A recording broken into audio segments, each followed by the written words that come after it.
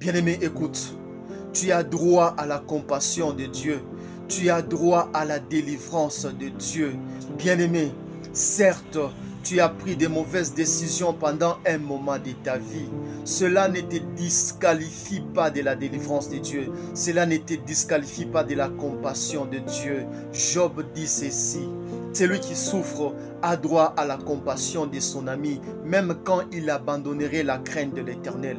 Bien-aimé, lorsque Job a souffert, il avait abandonné l'espérance de vivre une vie meilleure. Il avait vu seulement sa mort. Il avait demandé la mort. Il ne voyait plus la vie.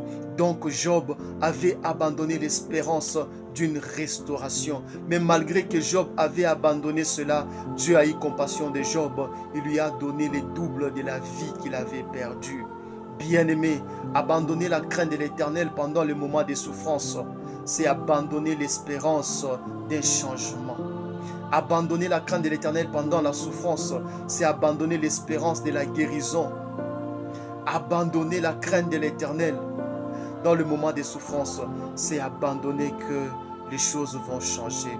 Mais malgré que tu abandonnes de croire à un changement dans ta vie, Job dit ceci: tu as droit toujours à la compassion de Dieu, parce que tu es déjà dans la ville de refuge. Et la ville de refuge, c'est Dieu. Parce que tu es en lui, même si tu abandonnes l'espérance d'un changement de ta situation, il va te surprendre comme il avait surpris Job. Bien-aimé, l'espérance que tu as perdue ne t'exclut pas de la compassion de Dieu. Job aussi avait perdu l'espérance de vivre. Il avait perdu l'espérance de voir sa femme de nouveau à ses côtés, d'avoir de nouveaux enfants. Il avait perdu l'espérance d'être encore riche. Mais malgré qu'il avait perdu cette espérance, Dieu l'avait surpris. Bien-aimé, parce que tu as perdu l'espérance, cela n'exclut pas la compassion de Dieu. Cela n'exclut pas la délivrance de Dieu dans ta vie. Lisons. Josué chapitre 20, le verset 2 à 5. L'Éternel parla à Josué et dit: parle aux enfants d'Israël et dit: établissez-vous, comme je vous l'ai ordonné par Moïse, des villes de refuge, où pourra s'enfuir le meurtrier qui aura tué quelqu'un volontairement, sans intention. Elles vous serviront de refuge contre les vengeurs du sang. Bien-aimés, les villes de refuge, ce sont des villes où habitaient la grande majorité des Lévites.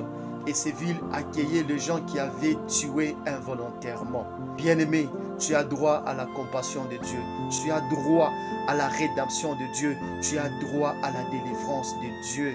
Lorsque tu te refuges en Dieu, même quand tu perds l'espérance, Dieu va te surprendre comme il a surpris Job.